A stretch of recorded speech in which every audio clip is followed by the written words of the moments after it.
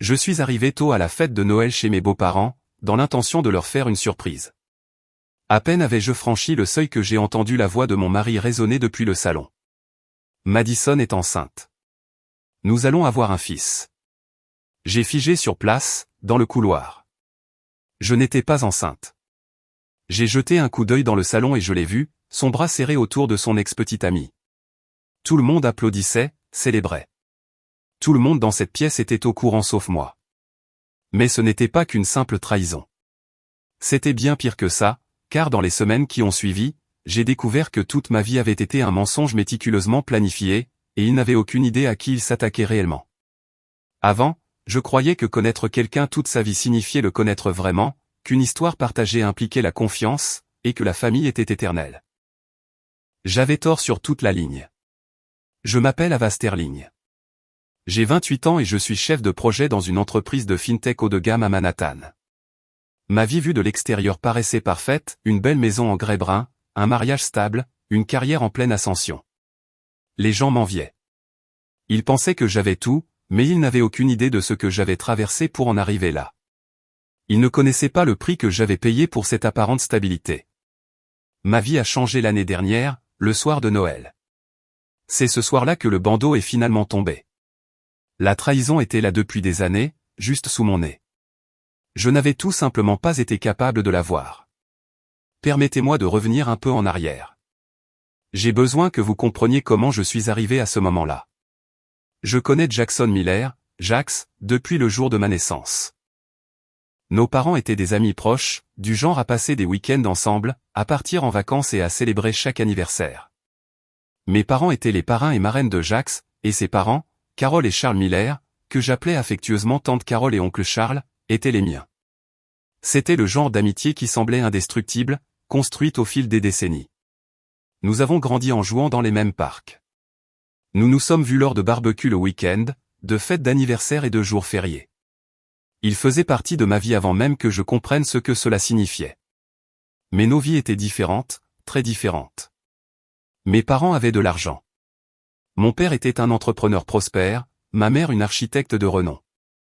J'ai fréquenté les meilleures écoles privées de la ville. J'ai pris des leçons de piano, de ballet, des cours particuliers de français. Nous avons voyagé à travers l'Europe pendant les vacances. Nous vivions dans une grande maison historique en grès brun dans l'Upper East Side. Jax, en revanche, a fréquenté les écoles publiques. Sa famille vivait dans une maison simple dans un quartier de classe moyenne du Queens. Oncle Charles travaillait comme directeur dans un magasin de fournitures de construction. Tante Carol était secrétaire dans un cabinet médical.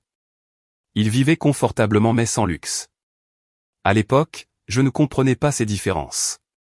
Nous étions juste des enfants qui jouaient ensemble. Mais en y repensant maintenant, je peux voir les signes.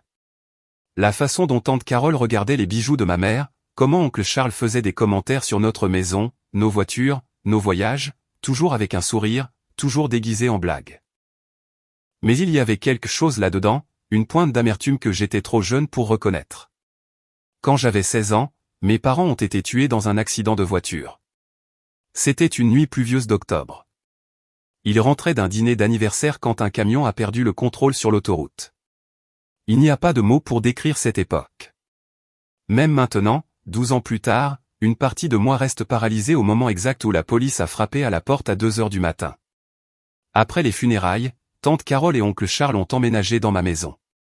Ils sont venus vivre avec moi, pour prendre soin de moi, pour que je ne sois pas seul. J'étais mineure, orpheline, complètement perdue. Ils m'ont accueilli. Ils étaient gentils. Ils ont veillé à me dire que j'aurais toujours une famille. À ce moment-là, cela m'a sauvé, ou du moins c'est ce que je croyais. Ils ont géré la succession de mes parents jusqu'à ce que j'ai 21 ans.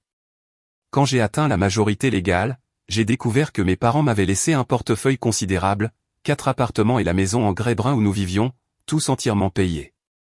Mes parents avaient bien investi. Ils avaient planifié l'avenir, un avenir qu'ils n'ont jamais pu vivre avec moi. Tante Carol et oncle Charles m'ont aidé avec tous les papiers. Ils m'ont expliqué chaque détail. Ils ont été patients avec mes questions. Quand j'ai eu 21 ans et que j'ai pu techniquement tout prendre en charge seul, ils m'ont demandé s'ils pouvaient continuer à vivre dans la maison en grès brun avec moi. Ils ont dit qu'il serait préférable pour tout le monde que nous restions ensemble. Je n'ai pas réfléchi à deux fois. Ils étaient pratiquement ma famille. Ils avaient pris soin de moi pendant les pires années de ma vie. Les laisser rester était le moins que je puisse faire. Générosité, gratitude, naïveté.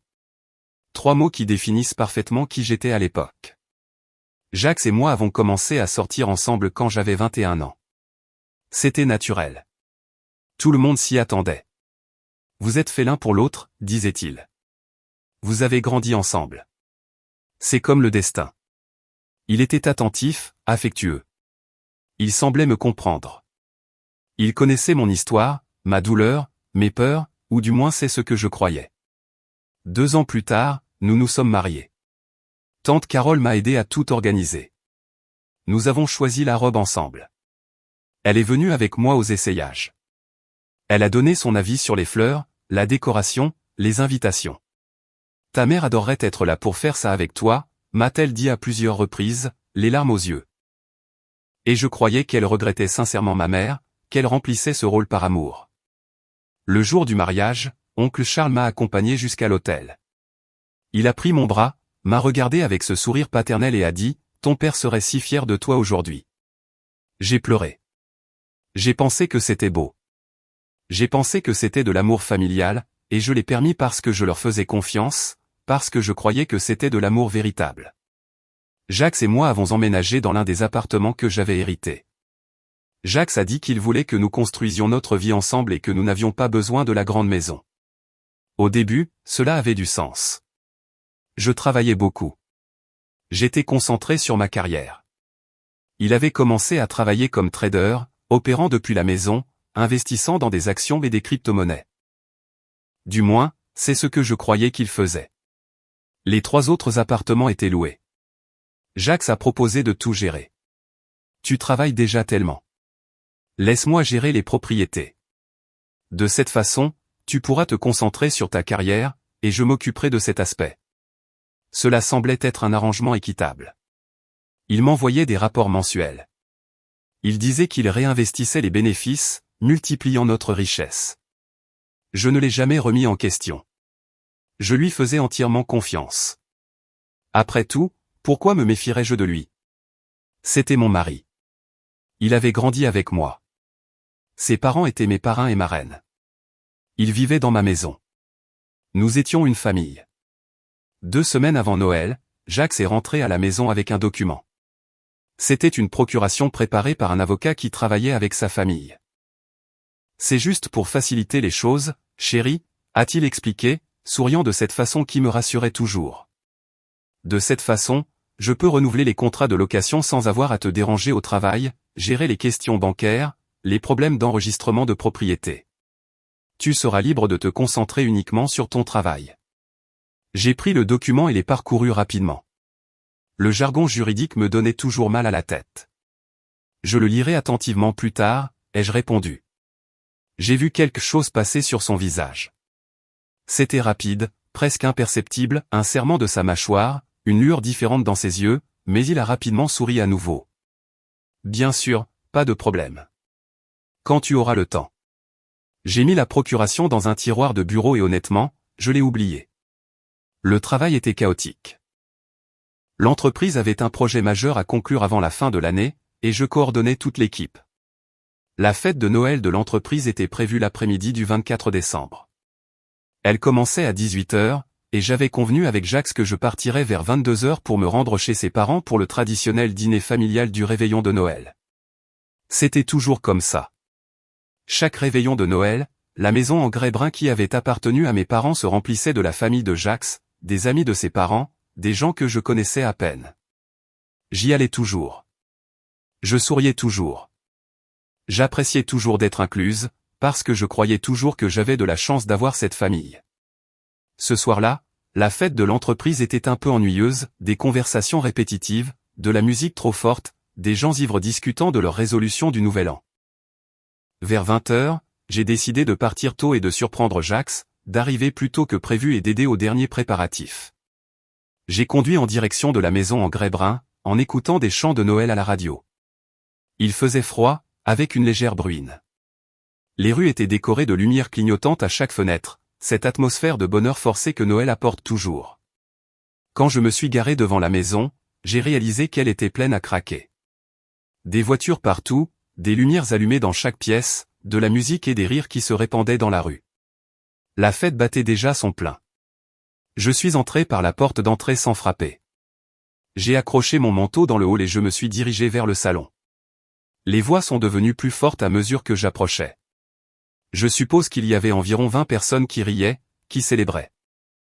Et puis j'ai entendu la voix de Jax depuis le salon, claire et radieuse. Madison est enceinte. Nous allons avoir un fils. Le monde s'est arrêté. Je suis resté là, dans le couloir, partiellement caché par le mur. Personne ne m'avait vu arriver. De mon angle, je pouvais voir toute la pièce. Jax était au centre, son bras autour de Madison.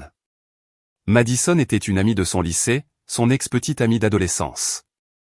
Ils étaient sortis ensemble pendant des années avant que Jax et moi ne commencions à sortir ensemble. Et la voilà, souriant avec une main sur son ventre, recevant des câlins et des baisers de tout le monde. Tante Carole pleurait de joie. Oncle Charles applaudissait, criait. Des toasts étaient levés. Des amis de la famille les félicitaient, disant des choses sur la beauté du bébé. J'ai senti mes jambes flancher. Je me suis appuyé contre le mur pour ne pas tomber. Quelqu'un dans la foule a crié, « Mais qu'en est-il d'Ava ? Est-ce qu'elle est au courant ?» Le silence qui a suivi a duré à peine 3 secondes, mais cela a semblé une éternité. Jax a esquissé un sourire quelque peu forcé. Pas encore. Je dois d'abord régler quelques petites choses. Quelques papiers. Mais je lui dirai au bon moment. Alors, personne ici ne dit un mot quand elle arrive. Tout le monde a ri. Mon cœur battait à tout rompre. Des papiers ? Il parlait de la procuration. Il y a eu un murmure de compréhension dans la pièce. Certaines personnes ont échangé des regards entendus. Tante Carole a hoché la tête comme si elle approuvait la stratégie. Oncle Charles a levé son verre à l'avenir, et tout le monde a trinqué. À ce moment-là, tout a commencé à prendre un sens. La façon dont ils ont réagi, ces regards, ce silence chargé. Tout le monde là-bas savait quelque chose que je ne savais pas. Il y avait un secret, une conspiration. Et cette procuration était la pièce finale du plan. Mon estomac s'est noué. Ce n'était pas possible. Je devais mal entendre. Mais tante Carole, ma marraine, a dit haut et fort, « Enfin, mon fils, après tant d'années, nous allons récupérer ce qui nous revient de droit. » Et alors j'ai tout compris. Chaque sourire, chaque geste d'affection, chaque mot de réconfort. Tout avait été un mensonge, un vaste et élaboré mensonge qui s'étendait sur des années. Ce n'était pas de l'amour. Ce n'était jamais de l'amour. C'était une escroquerie. Je me suis retourné, j'ai pris mon manteau et je me suis faufilé hors de la maison en silence aussi discrètement que j'étais entré. Personne ne m'a vu. Personne ne l'a remarqué. Je suis monté dans la voiture, j'ai fermé la porte, et c'est seulement alors que la pleine réalité m'a frappé. J'ai commencé à pleurer. Pas des pleurs de film mélodramatique, mais un sanglot silencieux et douloureux qui me brûlait la poitrine et la gorge. Des larmes coulaient sur mon visage tandis que j'essayais d'assimiler ce que je venais de voir. Mon mariage était une farce. Mon mari avait une maîtresse enceinte. Tante Carole et oncle Charles, mes parrains et marraines, étaient impliqués dans un complot visant à voler mon héritage. Et tout le monde, absolument tout le monde dans cette pièce, était au courant et complice. J'ai conduit jusqu'à l'appartement en pilote automatique. Je ne me souviens pas de la route. Je ne me souviens pas de m'être arrêté au feu de signalisation. Je me souviens seulement d'avoir pleuré et conduit, pleuré et conduit. Quand je suis rentré chez moi, j'ai essuyé mes larmes, je me suis lavé le visage et je me suis regardé dans le miroir. J'ai à peine reconnu la personne qui me fixait en retour. J'avais l'air plus petite, plus fragile, perdue. Mon téléphone a vibré. C'était un message de Jax qui me demandait où j'étais. J'ai pris une profonde inspiration et j'ai répondu, j'ai décidé de rester à la fête de l'entreprise. C'est plus animé que je ne le pensais. Il a répondu, ok, amuse-toi bien. À dans 2 semaines. On part à Mojito demain. Bien sûr, le voyage annuel. Depuis que nous nous sommes mariés, sa famille allait rendre visite à des parents à Hawaï pour Noël et restait jusqu'à la première semaine de janvier. il savait que le nouvel an était toujours chaotique dans mon entreprise, clôture de projet, rapport, et chaque année je restais derrière pendant qu'il partait en vacances. Je ne l'ai jamais remis en question. Après tout, c'était leur moment. J'ai juste répondu « Ok, bon voyage ». Il a envoyé un joyeux Noël. Je t'aime avec un emoji cœur. Je n'ai pas répondu. J'ai verrouillé l'écran de mon téléphone et l'ai jeté sur le canapé. Je me suis assise sur le canapé du salon dans le noir et j'ai laissé la colère grandir, parce que j'ai réalisé une chose à ce moment-là. Les pleurs étaient terminés. Il n'y avait plus de place pour la douleur, la tristesse ou les larmes. Il n'y avait de la place que pour la stratégie. Il pensait que j'étais idiote, que je serais toujours cette orpheline, perdue, reconnaissante d'avoir une famille, faisant confiance éternellement, signant n'importe quel papier, ne remettant jamais rien en question. Ils avaient tort. J'avais grandi. Je suis devenu chef de projet parce que j'étais doué pour planifier, organiser, anticiper les problèmes et créer des solutions. Je coordonnais des équipes, gérais des crises et prenais des décisions difficiles tous les jours. Et à ce moment précis, assise dans l'obscurité de mon salon, j'ai pris la décision la plus importante de ma vie. Il voulait jouer. Nous allions jouer. Mais cette fois, selon mes règles. Je suis resté éveillé toute la nuit. Je n'ai pas dormi. Je suis juste resté assise là à planifier. D'abord, j'ai fait une liste mentale de tout ce que je savais. Jax me trompait avec son ex, Madison. Madison était enceinte. Toute sa famille et ses amis le savaient et le soutenaient. La procuration était la dernière pièce d'un plan visant à transférer mes biens à sa famille. Je n'avais encore rien signé. Ce dernier point était crucial. J'avais encore le contrôle de tout.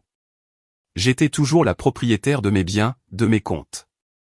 Jax n'avait aucun pouvoir légal sur quoi que ce soit. Tant que je ne signais pas ce document, il ne pouvait rien faire. J'ai passé Noël à planifier, à réfléchir à chaque détail, à chaque geste que je devais faire. J'ai fait des listes mentales, élaboré des stratégies, anticipé les problèmes. C'est ainsi que je travaillais en tant que chef de projet, et c'est ainsi que j'allais gérer cela aussi. Le lendemain, le 26 décembre, je mettrai tout en pratique. Quand le soleil s'est levé, je savais exactement quelle serait ma première étape. À 9 heures du matin, j'ai appelé l'avocat qui s'était occupé des affaires de mes parents. Il m'avait toujours dit que si j'avais besoin de quoi que ce soit, je n'avais qu'à le contacter.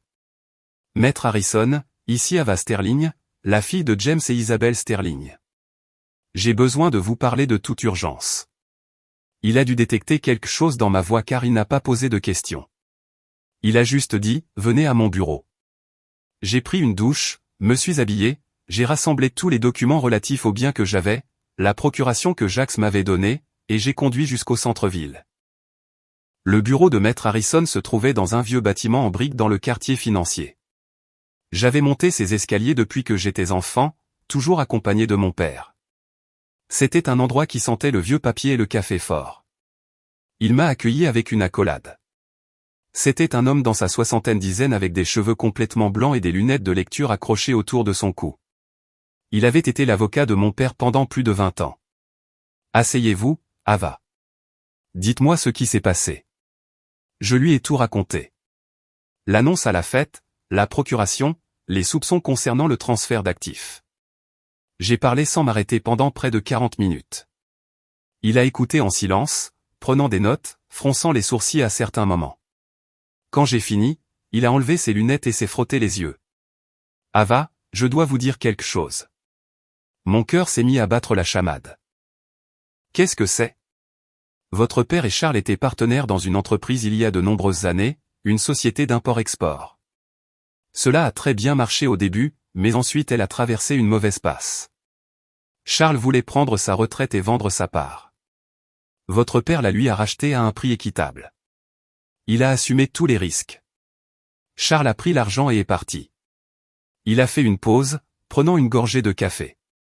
2 ans plus tard, votre père a réussi à redresser la situation. L'entreprise a connu une croissance exponentielle.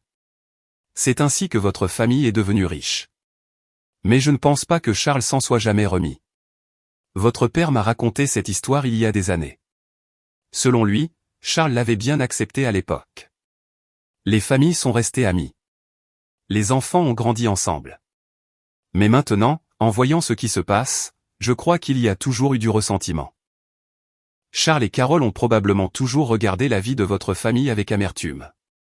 La différence de classe est devenue très évidente au fil des ans, n'est-ce pas? Vous aviez tout et ils se débattaient financièrement. Et lorsque vos parents sont décédés, vous étiez une adolescente vulnérable avec un héritage considérable. Pour des personnes rancunières, cela a dû ressembler à une opportunité. Il m'a regardé sérieusement.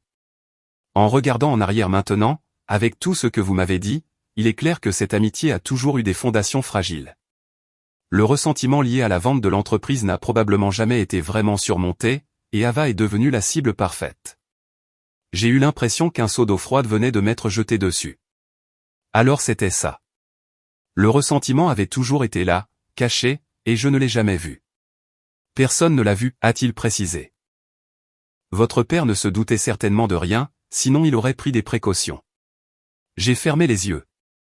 Mes parents n'avaient jamais imaginé qu'une amitié pouvait cacher autant d'envie, autant de cupidité. Et maintenant, je payais le prix de la naïveté de nous tous. Et cette procuration, ai-je demandé en faisant glisser le document sur la table. Maître Harrison a mis ses lunettes et l'a lu attentivement. Cela lui a pris près de 15 minutes. Il a feuilleté les pages, relu des passages, fait des annotations. Finalement, il a posé le papier sur la table et m'a regardé gravement. Cela donne à Jax le plein pouvoir sur absolument tout ce que vous possédez. Il pourrait vendre les propriétés, les transférer, créer des hypothèques, contracter des prêts en votre nom, tout. Avec ce document signé, vous perdriez le contrôle total de votre patrimoine. J'ai senti la colère monter à nouveau. Et si je l'avais déjà signé, il serait très difficile de revenir en arrière. Cela prendrait des années de litige, et même dans ce cas, il n'y aurait aucune garantie. Le meilleur scénario serait de prouver la contrainte ou la fraude, mais c'est extrêmement compliqué dans les affaires conjugales. Et les propriétés, si nous divorçons, a-t-il le droit d'avoir? Maître Harrison a souri pour la première fois depuis mon arrivée. Non. Tout ce que vous avez hérité est un bien propre. En vertu de la loi, les héritages reçus avant ou pendant le mariage n'entrent pas dans la communauté ou le partage des biens matrimoniaux. Si vous divorcez aujourd'hui, Jax ne prend rien. Absolument rien. À moins que je ne transfère volontairement les actifs à son nom, ai-je murmuré. Exactement. C'était le seul moyen légal qu'ils avaient d'obtenir ce qu'ils voulaient. J'ai ouvert le dossier que j'avais apporté et j'ai placé tous les contrats de location sur la table. J'ai besoin que vous examiniez ceci. Jax gère mes propriétés depuis des années. Il dit qu'il réinvestit l'argent, mais je n'ai jamais vu de preuves réelles. Je veux savoir où est allé cet argent. Maître Harrison a passé les 2 heures suivantes à analyser chaque document, chaque contrat, chaque relevé bancaire que j'avais. Il a passé des appels, vérifié des registres, recoupé des informations. Quand il a fini, son expression était sombre. Ava, je suis désolé de vous dire cela, mais l'argent des loyers est déposé sur les comptes personnels de Jax, et non sur des comptes joints ou professionnels. Il s'est approprié tous les revenus de vos propriétés. J'ai pris une profonde inspiration. Je m'y attendais, mais entendre la confirmation faisait toujours mal. Et il y a plus, a-t-il continué. L'un des appartements n'a aucune preuve de paiement de loyer. Il y a un contrat, mais aucun enregistrement de transactions financières. Quelqu'un y vit gratuitement. Madison, ai-je répondu, sa maîtresse. Maître Harrison a hoché la tête. Très probablement. Je suis resté silencieuse pendant un moment, digérant tout. Que dois-je faire maintenant? Premièrement, ne signez cette procuration en aucun cas. Deuxièmement, reprenez immédiatement le contrôle de vos propriétés. Troisièmement, si vous voulez vraiment aller au fond des choses, nous pouvons engager un détective privé et découvrir où est allé cet argent. Nous allons engager un détective, ai-je déclaré. Je veux que tout soit documenté. Je veux des preuves, et je veux qu'il sorte de ma vie. Il a souri un sourire triste, mais avec une lueur de fierté. Votre père serait très fier de la femme que vous êtes devenue. Dans les jours qui ont suivi, j'ai agi rapidement et en silence. Suivant les instructions de Maître Harrison, j'ai engagé une société de gestion immobilière de confiance pour prendre en charge l'administration de mes appartements. J'ai signé des contrats accordant des pouvoirs limités spécifiques, très différents de la procuration générale que Jax voulait, et je leur ai demandé d'en informer immédiatement tous les locataires. À partir de janvier, tous les loyers devaient être versés directement à la société de gestion. De nouveaux contrats seraient émis. Les locataires avaient une semaine pour signer, sinon des procédures d'expulsion seraient engagées. J'ai également appelé une société de sécurité et j'ai fait installer des caméras discrètes dans toute la maison en grès brun, petites, presque invisibles, placées stratégiquement dans le salon, la cuisine, le bureau et le patio. Toutes comprenaient un audio, tout était connecté à une application sur mon téléphone, afin de recueillir davantage de preuves contre eux. Jacques est revenu de son voyage le 6 janvier. J'étais à la maison quand il est arrivé, entouré de valises. « Comment c'était, chérie ? Comment s'est passé le nouvel an ?» a-t-il demandé, m'embrassant sur la joue, faisant comme si de rien n'était, comme s'il n'avait pas passé 2 semaines avec sa maîtresse enceinte et la famille qui complotait contre moi. Calme. J'ai pas mal travaillé. J'ai pris de l'avance sur certains projets. J'ai menti. As-tu eu le temps de regarder ces papiers ? Ça y était. La question que je savais allait venir. J'ai souri. Oh, oui. En fait, chérie, tu n'as plus à t'en soucier. J'ai tout réglé. J'ai vu son expression changer. Que veux-tu dire par tu as tout réglé ? J'ai engagé une société de gestion immobilière pour s'occuper des appartements. De cette façon, tu peux te concentrer entièrement sur tes opérations de trading sans te soucier des tracas liés à la gestion des loyers, des contrats, de toutes ces formalités administratives. Je pensais que tu serais content. Tu auras plus de temps à consacrer à ton travail. Le silence qui a suivi était assourdissant. Jacques a cligné des yeux plusieurs fois comme s'il traitait trop d'informations à la fois. Mais j'aime m'occuper des appartements. Tu n'as pas besoin de payer quelqu'un pour faire un travail que je peux faire moi-même. J'ai gardé le sourire. Je sais chérie, mais tu dis toujours que tu veux progresser en tant que trader, que tu as besoin de plus de temps pour étudier le marché. Maintenant tu as ce temps.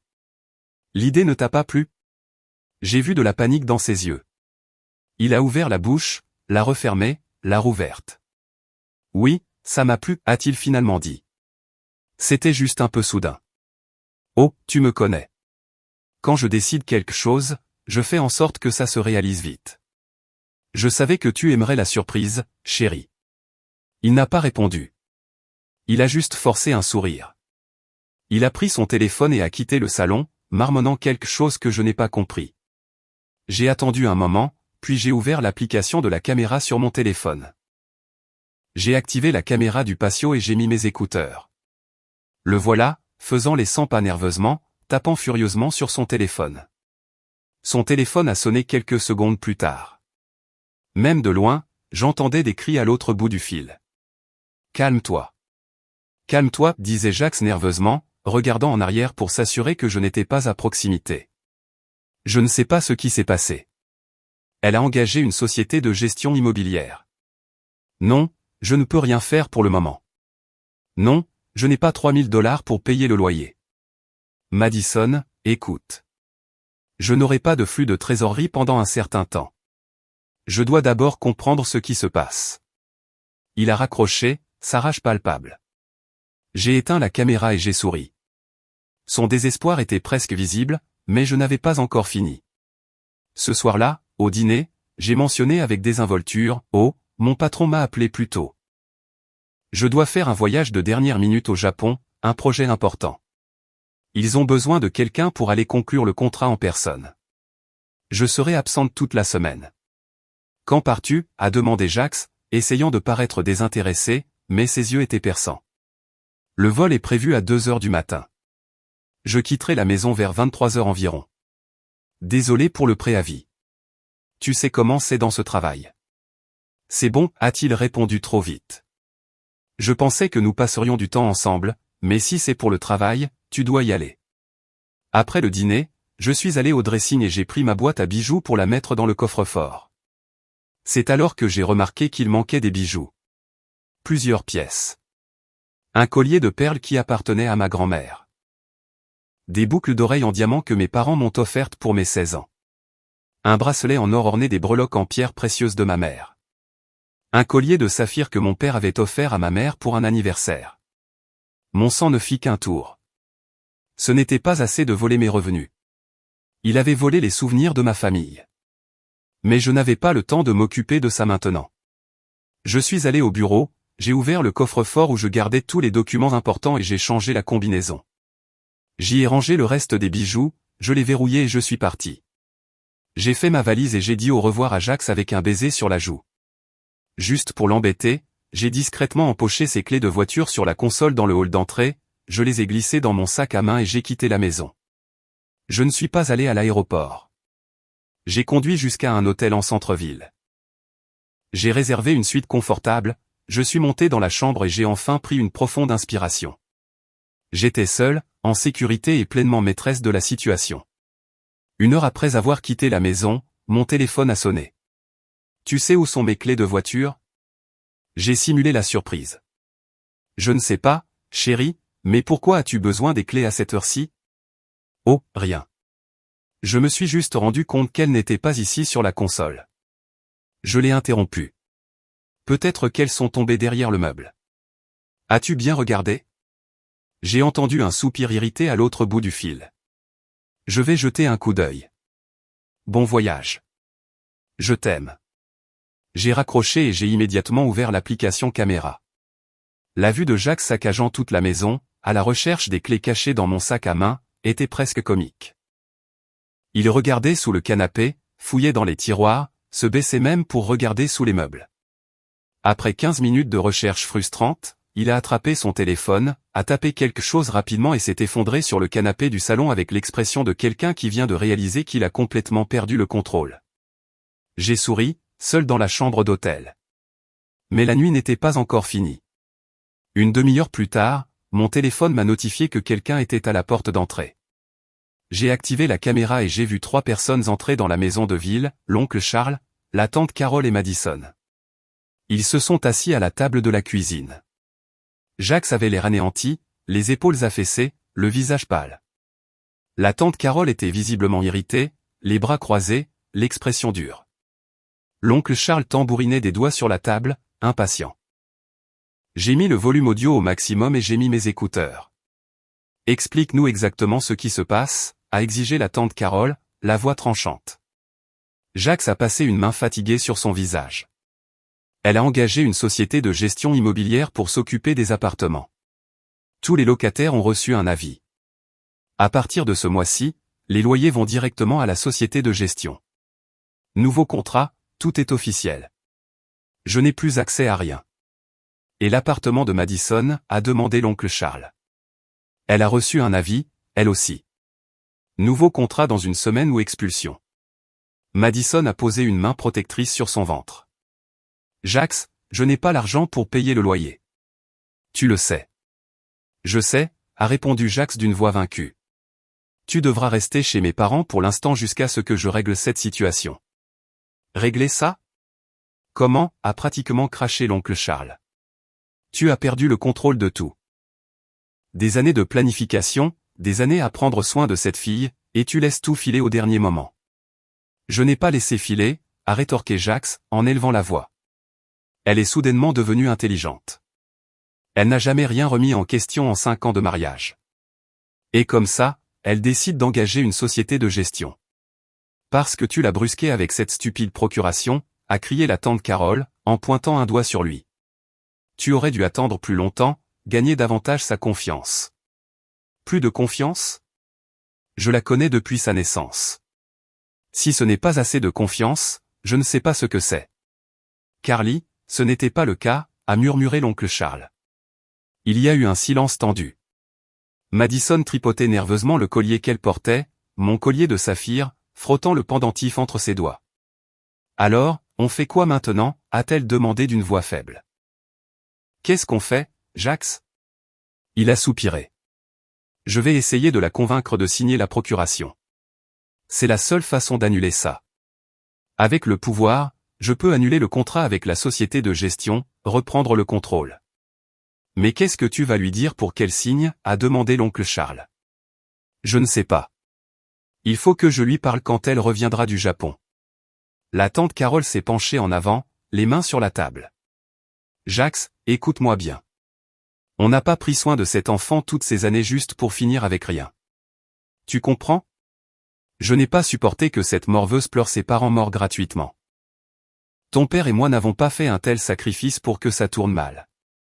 Maintenant, mon estomac s'est retourné à la façon dont elle parlait de moi comme si j'étais un fardeau, un investissement qui devait rapporter des bénéfices. Je sais, maman, a dit Jacques d'un ton las. Tu sais vraiment? L'oncle Charles a rejoint sa femme. Cette entreprise aurait dû être à nous aussi. La moitié de cet argent, la moitié de ces appartements, tout devrait être à nous. Mais son père a été avide et a racheté ma part quand l'entreprise allait mal. Il a gardé tous les bénéfices quand elle s'est améliorée et puis il est mort, laissant tout à cette gamine gâtée. La tante Carole s'est redressée sur sa chaise et a continué. Elle a grandi dans les meilleures écoles. Elle a eu tout ce qu'elle voulait. Elle n'a jamais travaillé dur un seul jour de sa vie. Pendant ce temps, nous nous sommes cassés le dos. Ton père dans ce magasin misérable, moi dans cette clinique, les regardant de loin avec cette vie de luxe qui aurait dû être la nôtre aussi. L'oncle Charles a acquiescé. Exactement. C'est pourquoi, quand ils sont morts, c'était notre opportunité, notre chance de corriger cette injustice, de prendre soin de la fille, de gagner sa confiance, et quand elle a eu 21 ans, d'être si proche qu'elle nous voyait comme sa famille. Et ça a marché. Elle nous a laissé vivre dans sa maison. Elle t'a fait confiance pour gérer les appartements. Elle t'a épousé. Tout était parfait jusqu'à ce que tu gâches tout. La tante Carole a terminé, regardant Jacques avec mépris. Je n'ai rien gâché, Jacques a claqué la table. Le plan était d'attendre qu'elle signe la procuration, de tout transférer à mon nom, puis de demander le divorce. Terminé. Fini. Chacun suit son propre chemin, mais elle ne l'a pas signé. Pas encore, mais elle le fera, a insisté Jacques. Comment peux-tu en être si sûr, a douté l'oncle Charles. Jacques a hésité. Je pense qu'elle le fera. Je trouverai un moyen. Elle me fait confiance. Elle te faisait confiance, a corrigé la tante Carole, après cette histoire de société de gestion immobilière. Je ne sais pas. Elle a l'air méfiante. Ils se sont tus pendant quelques instants. Et nous, a demandé Madison. Tu as dit que tu n'avais plus l'argent du loyer. Comment vas-tu m'entretenir? Entretenir le bébé? Jacques a passé sa main dans ses cheveux, frustré. Je ne sais pas, Madison. Je ne sais pas. L'argent que j'avais économisé a été utilisé pour le voyage et le reste, je l'ai perdu au jeu. Tu l'as perdu, a presque crié la tante Carole. Jacques, tu avais promis d'arrêter. Je ne savais pas que je serais coupé des loyers ce mois-ci.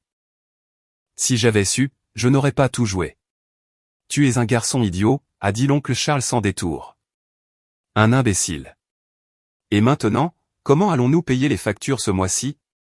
Je vais arranger ça, a insisté Jacques, mais sa voix manquait de conviction.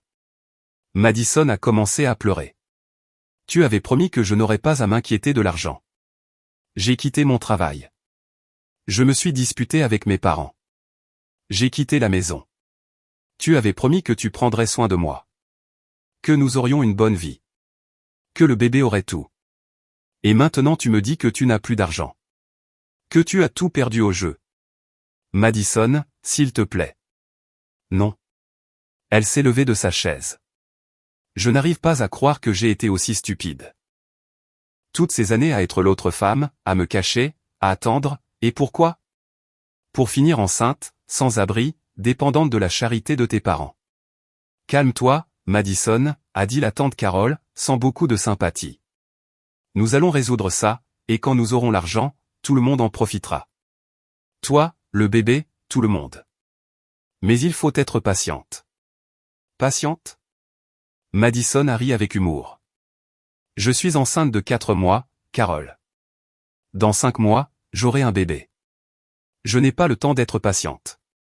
Eh bien, tu aurais dû y penser avant de tomber enceinte, a rétorqué froidement la tante Carole.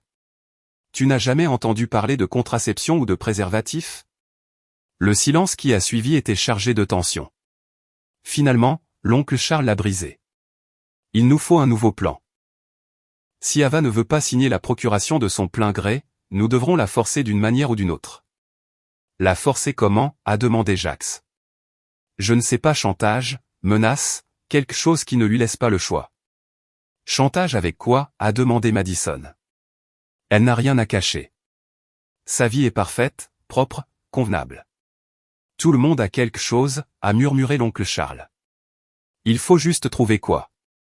La tante Carole a acquiescé, pensive. Où on crée quelque chose, on plante des preuves, quelque chose qui la compromette. Ensuite, on propose de réparer ça en échange de la signature. J'ai eu la nausée. Ils envisageaient sérieusement de me piéger pour quelque chose de faux juste pour obtenir ma signature. C'est trop risqué, a dit Jacques. Plus risqué que de tout perdre, a rétorqué l'oncle Charles. Ils ont passé quelques minutes de plus à discuter des possibilités, chacune plus absurde que la précédente. Finalement, ils ont décidé d'y réfléchir et de se revoir dans quelques jours. Quand ils sont finalement partis, il était près de 3 heures du matin. J'ai éteint la caméra, les mains tremblantes. Ce n'était pas seulement une escroquerie financière. Ce n'était pas seulement de l'infidélité. C'était une conspiration qui s'étendait sur plus d'une décennie. Depuis la mort de mes parents, peut-être même avant, ils avaient tout planifié. Chaque geste d'affection, chaque mot de réconfort, chaque moment familial, tout avait été calculé, mesuré, exécuté avec précision, et j'avais tout cru. Quand 7 heures du matin sont arrivées, j'ai pris le téléphone et j'ai appelé Monsieur Harrison. Il a répondu à la 3e sonnerie, voix endormie, mais il est devenu alerte quand il a reconnu ma voix. Ava, que s'est-il passé? J'ai tout enregistré, l'aveu complet. Ils ont admis que le mariage était une escroquerie depuis le début, qu'ils s'occupaient de moi uniquement pour accéder à l'héritage, et que maintenant ils prévoient de me faire chanter ou de me piéger pour me forcer à signer la procuration. Il y a eu un silence à l'autre bout du fil. Êtes-vous en sécurité? Oui, je suis dans un hôtel. Ils ne savent pas où je suis. Envoyez-moi les enregistrements tout de suite et venez à mon bureau cet après-midi. Nous allons mettre fin à ça une fois pour toutes. À 14 heures, j'étais dans le bureau de Monsieur Harrison. Il avait déjà visionné les principaux enregistrements. Son visage était grave, sa mâchoire serrée.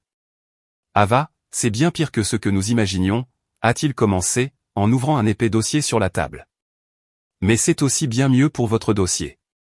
Comment ça? Le détective que j'ai engagé a terminé son enquête. Nous avons des preuves concrètes de tout. Il a tourné son ordinateur portable vers moi. Des loyers détournés vers le compte personnel de Jacques pendant 5 ans, des relevés bancaires montrant des dépenses excessives en paris en ligne, casino, sites de jeux d'argent. Jacques est un joueur pathologique. Mon estomac s'est tordu, mais ce n'était pas une surprise. J'avais découvert ça la nuit dernière. Il y a plus, a-t-il continué, en ouvrant un autre onglet. Les voyages à Maui étaient tous des mensonges. Le détective a obtenu les dossiers de réservation de vol et d'hôtel à leur nom. Chaque année, tous les 4 allaient dans un complexe de luxe, Jacques, Madison, l'oncle Charles et la tante Carole. Billets d'avion, hôtel 5 étoiles, tout payé avec des cartes de crédit liées au compte où vos revenus locatifs étaient déposés. Il m'a montré les documents, les confirmations de réservation, les relevés de cartes de crédit, les billets d'avion, tous à leur nom, tous payés avec mon argent. Les dates correspondaient parfaitement entre le 25 décembre et le 6 janvier depuis 5 ans, pendant que je restais à Manhattan à travailler, croyant qu'il rendait visite à des parents à Hawaï. Il faisait la fête avec mon argent. Qu'est-ce qu'on fait maintenant? Il s'est adossé à sa chaise avec un sourire qui n'atteignait pas ses yeux. Maintenant, nous allons les détruire légalement. Divorce immédiat pour cause d'adultère et de fraude. Avec ces preuves, Jacques n'aura pas un centime. Nous expulsons Charles et Carole de votre maison de ville. Nous déposons une plainte au civil pour détournement de fonds pour tout l'argent détourné, une accusation de vol pour les bijoux, et nous pouvons même envisager la voie pénale.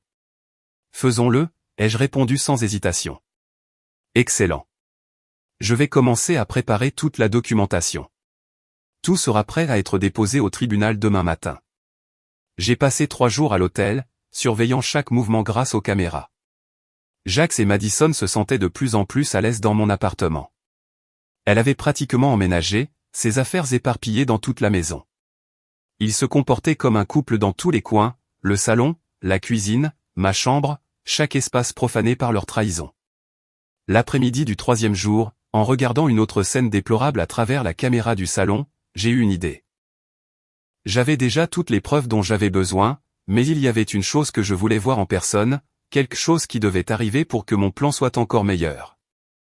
J'avais besoin de surprendre Jacques en flagrant délit, et j'avais besoin que la tante Carole et l'oncle Charles l'apprennent de moi. J'ai attendu le bon moment.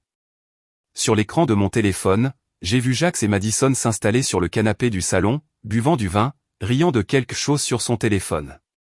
Ils étaient complètement détendus. Parfait. J'ai attrapé mes clés et j'ai quitté l'hôtel. Mon appartement était à 10 minutes. Tout au long du trajet, mon cœur battait vite, non pas à cause de la nervosité, mais à cause d'un étrange mélange de rage et de satisfaction anticipée. Je me suis garé dans le garage de l'immeuble.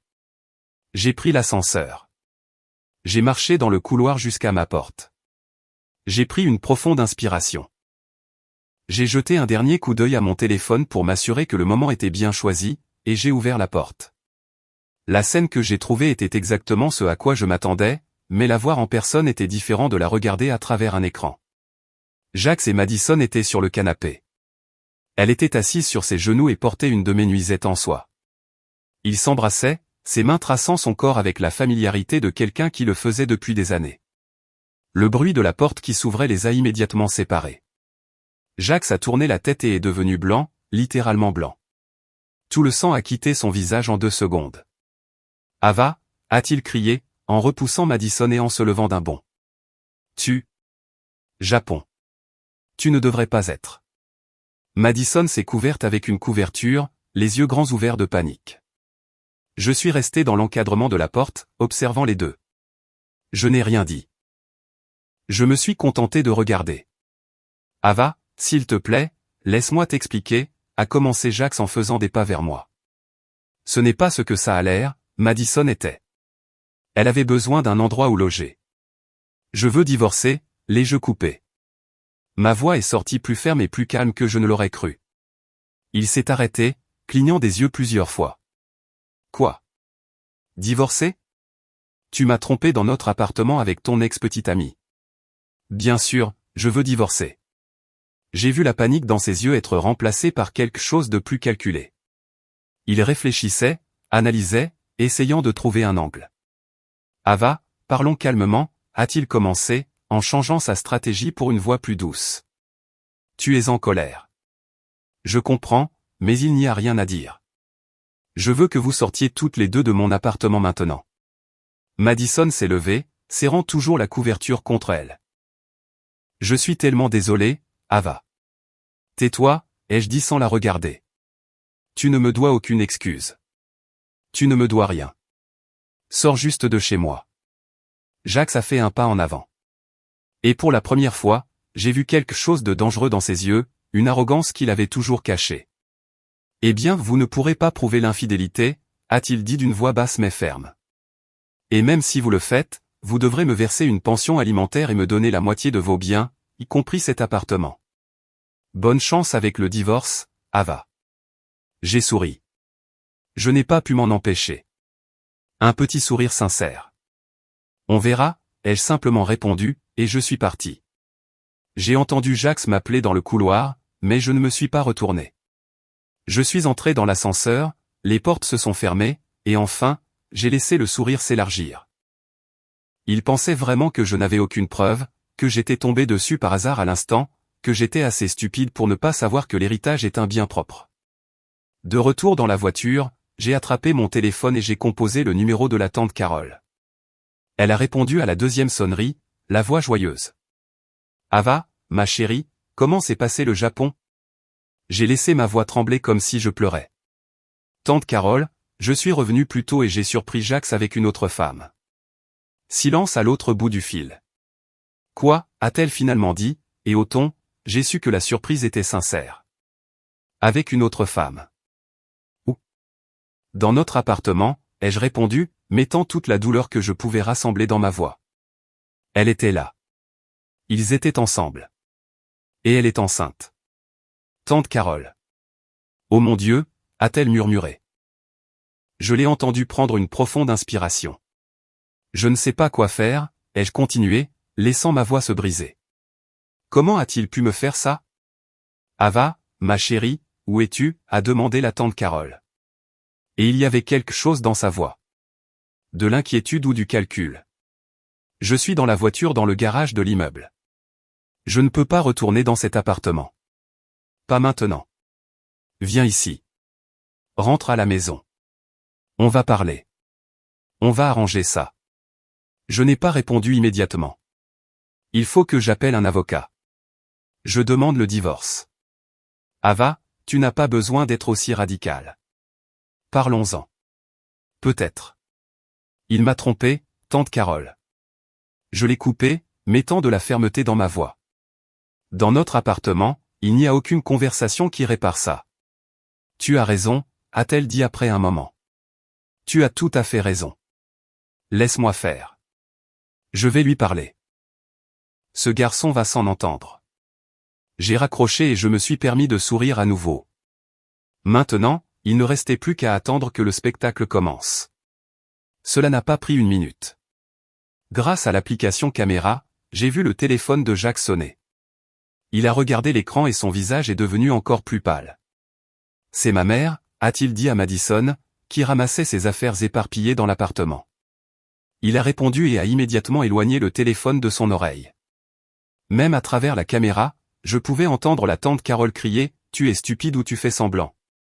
Comment as-tu pu la laisser te surprendre dans l'appartement avec Madison? Tu ne peux pas réfléchir avec ta tête du haut pendant 5 secondes? Maman, calme-toi. Est-ce que je peux expliquer? Jacques a essayé de répondre, mais elle ne l'a pas laissé faire. Expliquer quoi? Des années, Jacques, des années de planification, des années à prendre soin de cette fille, à gagner sa confiance, à tout construire brique par brique, et tu gâches tout parce que tu ne peux pas tenir tes pantalons fermés. Je n'avais jamais entendu la tante Carole crier comme ça. Le masque de la femme polie et gentille était complètement tombé. Je vais arranger ça, Jacques a essayé de dire, mais sa voix était faible. Arranger ça. Comment vas-tu arranger ça? Elle demande le divorce. Elle a déjà dit qu'elle demande le divorce. Elle n'a aucune preuve. Elle ne peut pas prouver l'adultère. Elle t'a surpris dans l'appartement avec ta maîtresse enceinte, idiot. Quelle preuve plus claire veux-tu? J'ai entendu la voix de l'oncle Charles. La tante Carole a dû le mettre sur haut-parleur parce que sa voix est passée clairement. Tu es un idiot, a dit l'oncle Charles avec un calme glaçant qui était pire que les cris de sa femme. Un imbécile complet et total. Nous t'avons fait confiance. Nous t'avons confié une seule tâche. L'épouser, gagner sa confiance, lui faire signer la procuration, et tu n'as même pas réussi à faire ça. J'ai essayé. Elle ne voulait pas signer. Mais je vais la faire abandonner le divorce, a insisté Jacques, le désespoir dans sa voix. Je vais lui parler. Je vais m'excuser. Comment, a demandé l'oncle Charles toujours avec ce calme terrifiant. Comment vas-tu faire en sorte qu'une femme qui vient de te surprendre en train de la tromper abandonne le divorce? Quels arguments as-tu? Silence. C'est ce que je pensais, a continué l'oncle Charles. Tu n'as rien. Nous avons tout perdu à cause de toi. Nous n'avons pas encore tout perdu, a argué Jacques, mais sans conviction. Elle devra quand même me donner la moitié des biens lors du divorce. Même avec adultère, c'est divisé. Tante Carole laissa échapper un rire amer. Tu es vraiment stupide. Ces propriétés sont son héritage. Elle n'entre pas dans le partage. C'est elle qui divorce de toi. Tu vas te retrouver sans rien, et avec une maîtresse enceinte à charge. Félicitations, Jacques. Tu as réussi à tout gâcher. Je vis Jacques s'effondrer lourdement sur le canapé, le téléphone toujours à l'oreille, le visage dans ses mains. Tu peux venir ici, demanda-t-il d'une voix faible. Il faut qu'on fasse quelque chose. Il faut qu'on ait un plan. Non, répondit sèchement tante Carole. Tu t'es mis dans ce pétrin tout seul. Maintenant, débrouille-toi tout seul. J'en ai marre, Jacques. Marre de toi. Marre de toute cette situation. Et elle raccrocha. Jacques resta assis là, fixant le téléphone pendant presque 5 minutes. Madison essaya de s'approcher, mais il la repoussa. Tu dois partir, lui dit-il froidement. Madison, maintenant, et ne reviens pas. Mais Jacques, je n'ai nulle part où aller. Ce n'est plus mon problème maintenant, cria-t-il en se levant. Va chez tes parents. Va où tu veux, mais sors d'ici. Je vis Madison commencer à pleurer, ramassant précipitamment ses affaires, et presque courant hors de l'appartement. Jacques resta seul dans le salon, faisant les 100 pas, prenant son téléphone, tapant quelque chose, l'effaçant, retapant. Il m'envoyait des messages. Je vis les notifications apparaître sur mon téléphone. Ava, s'il te plaît, laisse-moi t'expliquer. C'était une erreur, un moment de faiblesse. Je me sentais seul. Tu étais souvent absente. Je t'aime. Je t'ai toujours aimé. On peut arranger ça, s'il te plaît? J'ai supprimé tous les messages sans répondre. J'ai éteint les caméras et je me suis appuyé contre le siège de la voiture. Phase 1 terminée. Maintenant, il ne restait plus qu'à attendre demain. Le lendemain matin, je me suis réveillé tôt. J'avais déjà demandé à Monsieur Harrison de tout préparer pour la livraison ce jour-là. Ponctuellement à 8 heures, 2 huissiers de justice se séparèrent. L'un alla à la maison de ville où vivait oncle Charles et tante Carole. L'autre alla à mon appartement où se trouvait Jax. J'étais dans le bureau de Monsieur Harrison lorsque mon téléphone sonna. C'était tante Carole. J'ai répondu. Ava, cria-t-elle. Il y avait de la panique dans sa voix maintenant. Plus rien de la rage contenue d'hier. De la panique pure. Qu'est-ce que c'est que ça? Un avis d'expulsion? Tu nous mets à la porte? Oui, répondis-je simplement. Mais pourquoi? Qu'est-ce qu'on a fait? Essaie de discuter. Ava, s'il te plaît. Tu ne peux pas faire ça. On n'a nulle part où aller. On est vieux. On n'a pas d'argent pour ça. Ce n'est pas mon problème. Je l'ai coupé, utilisant exactement les mots que Jax avait utilisés avec Madison la veille. Mais c'est à cause de ce que Jax a fait. On y est pour rien. Elle rit presque. On y est pour rien? Sérieusement? Bien sûr que non. On est aussi surpris que toi. Cet idiot de garçon. Tante Carole l'interrompit-je, ma voix devenant froide. Je sais tout. Les voyages qui n'étaient pas à Moïse, les loyers détournés, le plan que vous aviez depuis la mort de mes parents. Je sais tout. Silence absolu à l'autre bout du fil. Alors oui, continuai-je. Vous avez 30 jours pour quitter ma maison, et je vous suggère d'utiliser ce temps pour trouver un bon avocat parce que vous allez en avoir besoin. J'ai raccroché avant qu'elle ne puisse répondre. 2 minutes plus tard, mon téléphone sonna à nouveau. Jax. J'ai répondu. Ava, c'est sérieux, demanda-t-il. Et il y avait quelque chose de différent dans sa voix. De la peur. Divorce, détournement de fonds, vol. Tu me poursuis. Oui. Mais pourquoi ces accusations? Tu n'as pas de preuve de tout ça, si? Si, j'en ai. Quelle preuve? Comment? Des caméras de sécurité dans tout l'appartement, Jax, avec l'audio installé il y a quelques jours. J'ai l'enregistrement de toi avec Madison. J'ai l'enregistrement de la réunion dans la cuisine où vous confessez tout le plan. J'ai des documents prouvant le détournement d'argent, les faux voyages, tout. Silence. Tu nous as enregistrés, réussit-il finalement à dire. Je vous ai enregistré et j'ai tout remis aux forces de l'ordre. Mais c'est illégal. On ne peut pas enregistrer des gens sans leur consentement. Si, je peux dans mon propre appartement avec mes propres caméras de sécurité. C'est parfaitement légal. Je l'ai entendu respirer bruyamment à l'autre bout du fil. Combien tu veux, demanda-t-il finalement.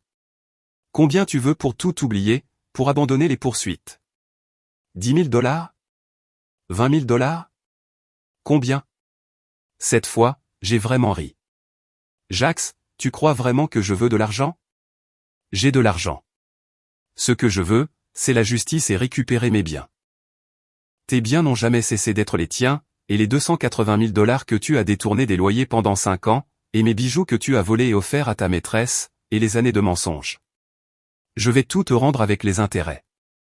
Abandonne juste les poursuites. Non, tu n'as nulle part où dormir. Comment penses-tu que tu vas me le rendre avec les intérêts? Ava, s'il te plaît. Ça va me détruire. Ça va détruire mes parents. Nous tous. Tu aurais dû y penser avant. Tu fais ça par vengeance parce que je t'ai trompé? Je me suis déjà excusé. Non, Jax. Je fais ça parce que tu as passé plus de 10 ans à planifier une escroquerie contre moi. Parce que tu as exploité la mort de mes parents. Tu as exploité ma vulnérabilité, ma confiance.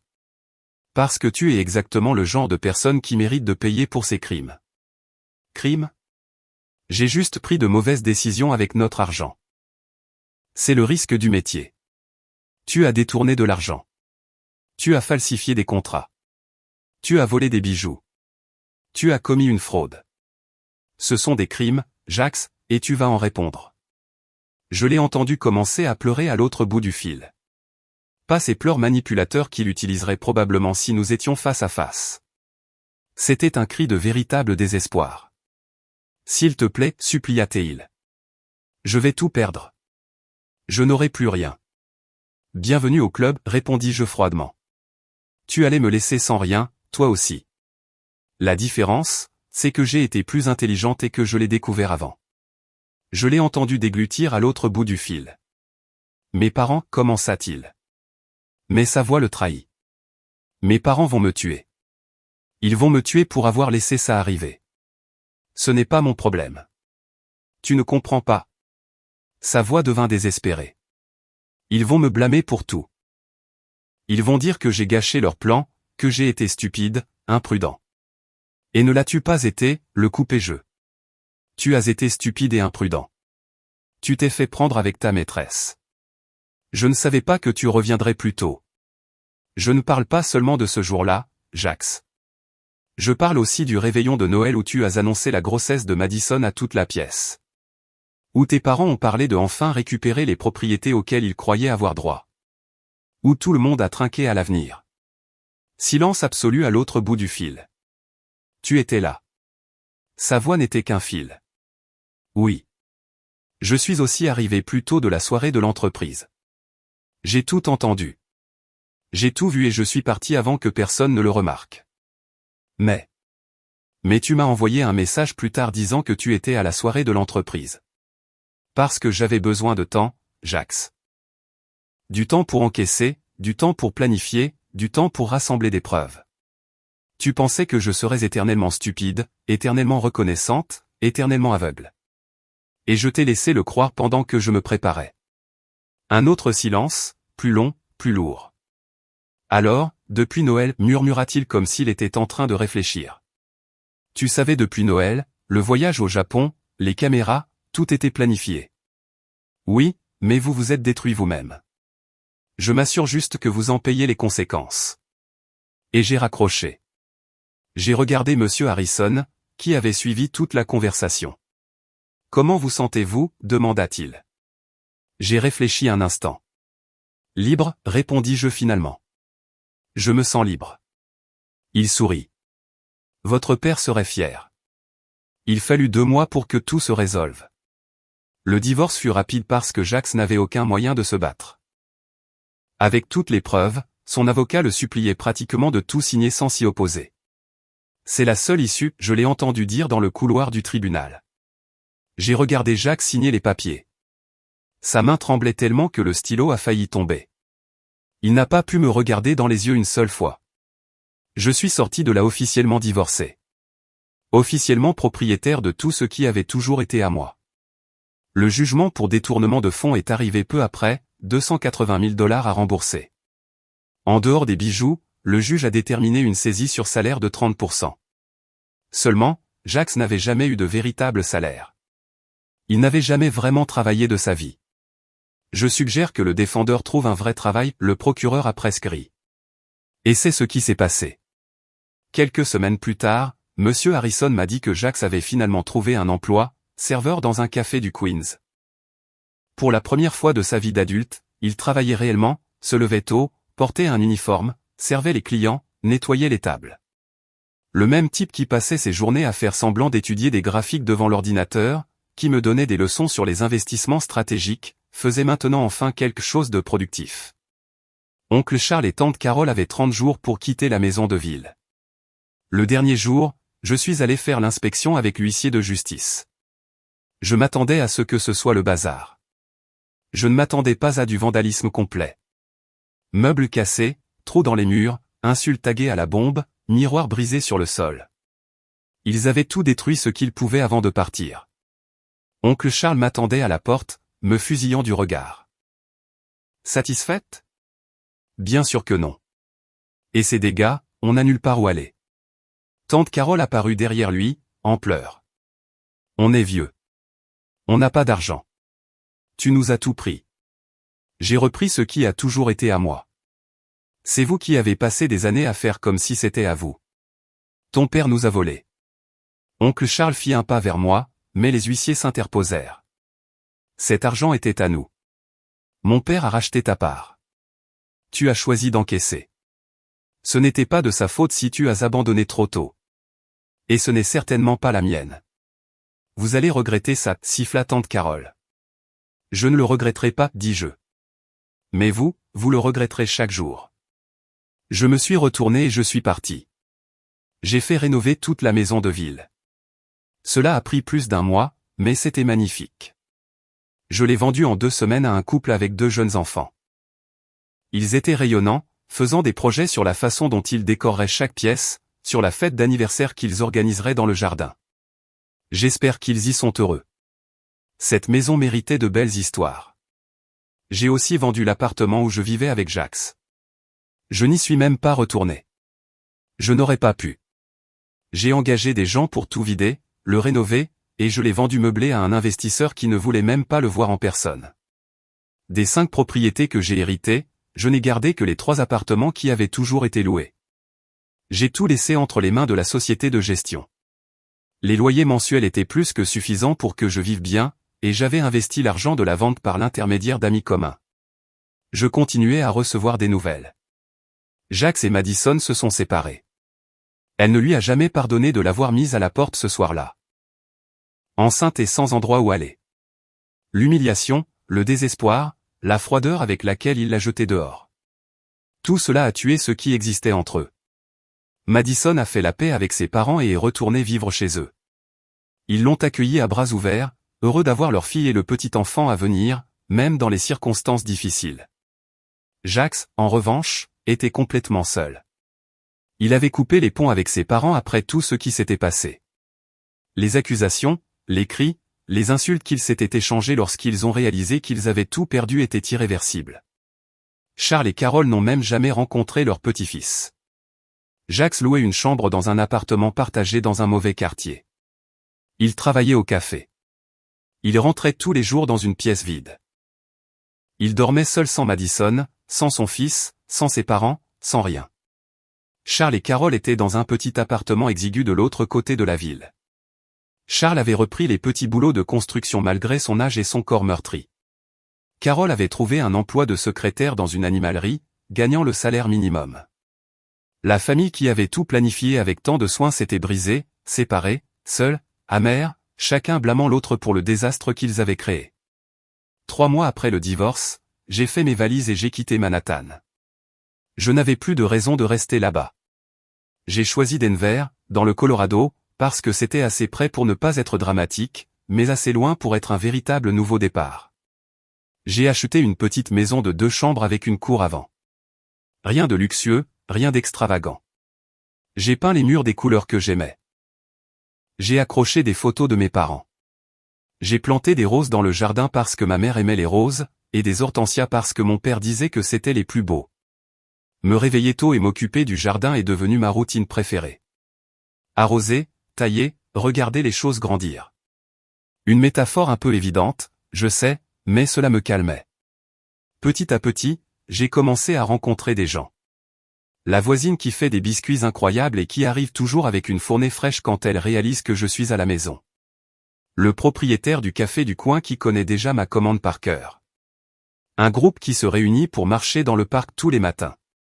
Des gens qui me connaissaient comme Ava, celle qui a déménagé de New York et qui aime le jardinage. Pas comme Ava, celle qui a été presque détruite par ceux qui prétendaient être sa famille.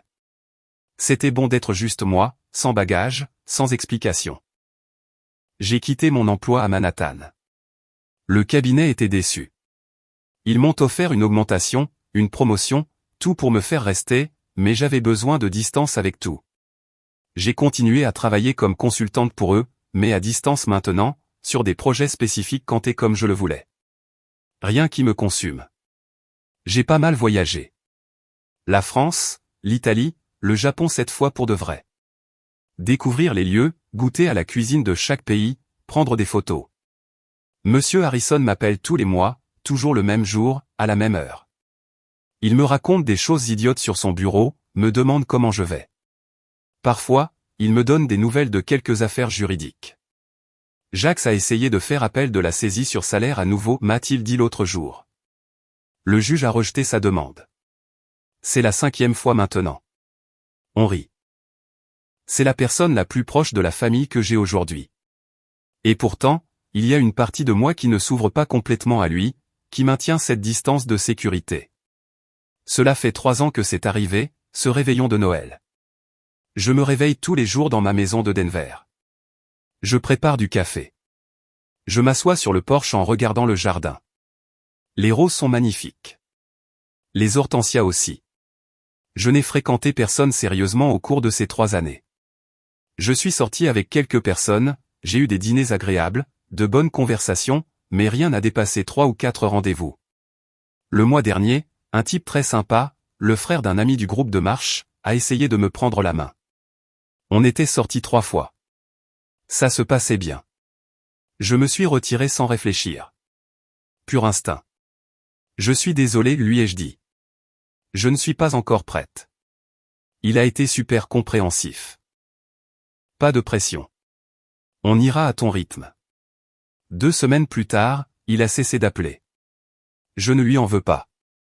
Personne ne veut attendre quelqu'un qui ne sera peut-être jamais prêt. Et vous savez, peut-être que je ne le serai jamais. Parce que quand vous passez des années à croire que vous avez une famille, à faire confiance les yeux fermés, et que vous découvrez que tout était un mensonge géant depuis le premier jour, quelque chose se brise à l'intérieur de vous.